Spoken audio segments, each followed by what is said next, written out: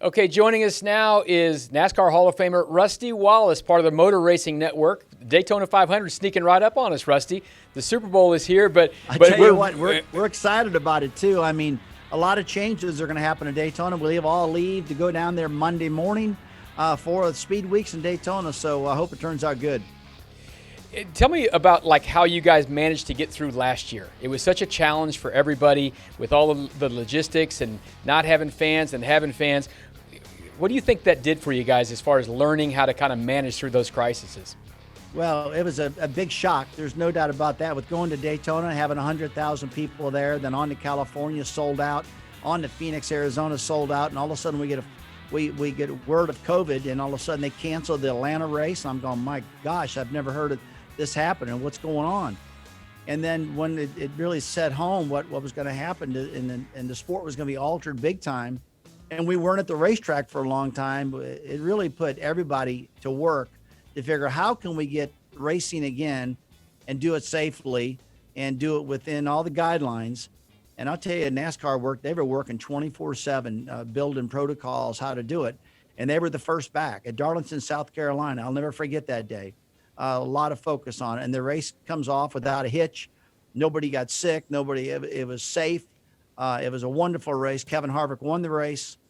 And what a great week it was. But I commend NASCAR for being the first back to figuring it all out and making it happen. Rusty Wallace is our guest. And Rusty, what do we look forward to this year with NASCAR? Daytona is always such a fun way to kick everything off. What are you looking for this year as we kick off the NASCAR season?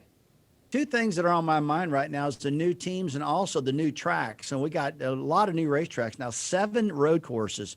And we've been accustomed to only 2 of them, going out to California, it's Sonoma, California on that road course, and then going up to Watkins Glen, New York. But now we're going to be racing on the Roval in Charlotte. We're going to be racing on the infield at Daytona International Speedway. We're going to be racing up at Road America in Elkhart Lake, Wisconsin. Then also one of the new tracks on the series, it's called COTA. It's in Austin, Texas. So we'll be racing there. So a lot of road course races this year compared to the past. The other thing, some new startup teams. So what about Denny Hamlin's new team with Michael Jordan as an owner and Bubba Wallace driving for them?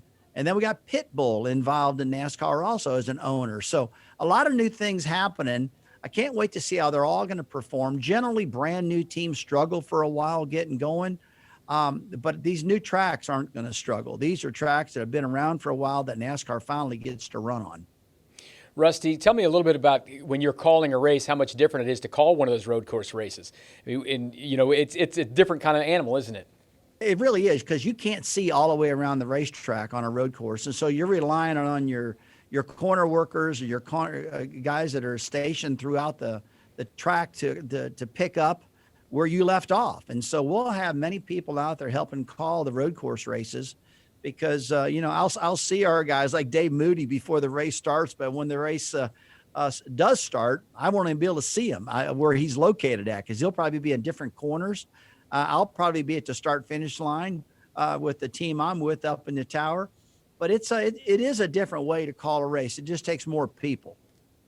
NASCAR Hall of Famer Rusty Wallace is with us here, and Daytona kicks off on Valentine's Day. That's fun, and you guys will all be here in Kansas City for the Kansas Speedway race in May. Tell me about your memories of Kansas Speedway. You led for over 100 laps the first ever race at Kansas Speedway back in 2001, and you always did very well there. What do you like about our racetrack? I love that racetrack out there. I grew up in St. Louis, Missouri, and I'll never forget the first race in Kansas City. I went there. It was so jacked up because I wanted to win there in front of that crowd because it was so close to home. And I remember leading all day long and having a really fast car, and right down at the very end, making the last pit stop. And what do I do as a driver? I get caught speeding on pit road. I was going too fast on pit road. I could have hit myself in the head for doing that. And then Jeff Gordon wins it. And I came from the back and I drove it all the way up to the top 10 before I ran out of time. But I'll never forget getting out of the car going, can you believe that? You got the dominant car all day long and you blow it yourself just by speeding on pit road. So I remember that race perfect. It was sickening for me, but it was gratifying most of the race.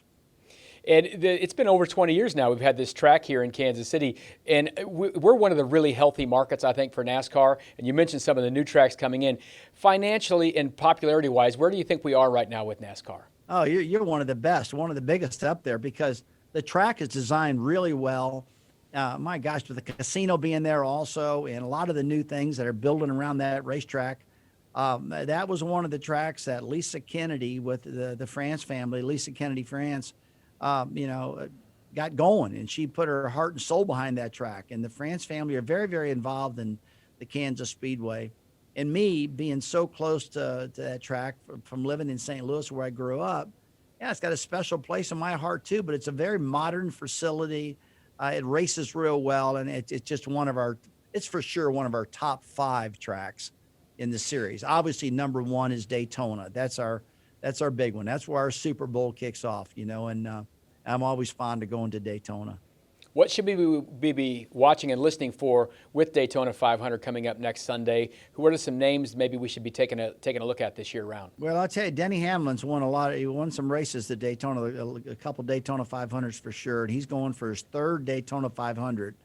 And I'll be watching that. He can definitely do it. He's definitely got the right car, definitely got the talent. And again, I want to look at these new teams. I want to see what the Michael Jordan team's going to do. I want to see what the Pitbull team's going to do. But then you got the regular guys that are always kicking butt and taking names, and that's Brad Keselowski, that's Joey Logano, Kevin Harvick, Kyle Busch, Kurt Busch, those type of names that we know will be running up front. Just who's going to win, nobody knows. Okay, now we have the football Super Bowl happening this Sunday, and you're a St. Louis guy. Now, St. Louis doesn't have a football team right now, okay? So have you adopted the Chiefs, or I know you live in Charlotte now. Are you a Panthers fan? What's your NFL allegiance with right now? Would you believe it if I don't have an allegiance? I mean, a guy that's been a NASCAR guy my whole life. Every Sunday when a football game's going on, I'm in a race car for over 25 years. So for me to say, oh, this is my favorite team, I just can't say that. I'm intrigued how Brady, left the Patriots and went down to Tampa and turned it all around and made it happen. That was a big, big deal. But then when I think about Kansas City and I think about guys like Clint Bowyer, who are from there in Kansas City, he's so excited and passionate about it. It's just going to be a great Super Bowl. No matter what happens, I'm excited to watch it. And what's crazy is how close it is to Daytona. I mean, we're actually going to watch a Super Bowl on Sunday, and then the very next day go straight to Daytona for Speed Weeks. Yeah, I saw Clint down at the Super Bowl last year. We had him on Radio Row. He was so fired up, and I think he partied a little hard after the Chiefs won that thing. He was going crazy. He loves his Chiefs, and I know he'll be rooting for him. And you're a St. Louis guy. We'll take you as an honorary Kansas Cityan and a Missourian, and we'll hope you're rooting for the Chiefs. Okay, Rusty? You got it. No problem. Thank you. All right, there's Rusty Wallace, NASCAR Hall of Famer. Motor Racing Network coverage starts with Speed Weeks and all that stuff coming up, and we'll have the Daytona 500 for you right here on Sports Radio 810.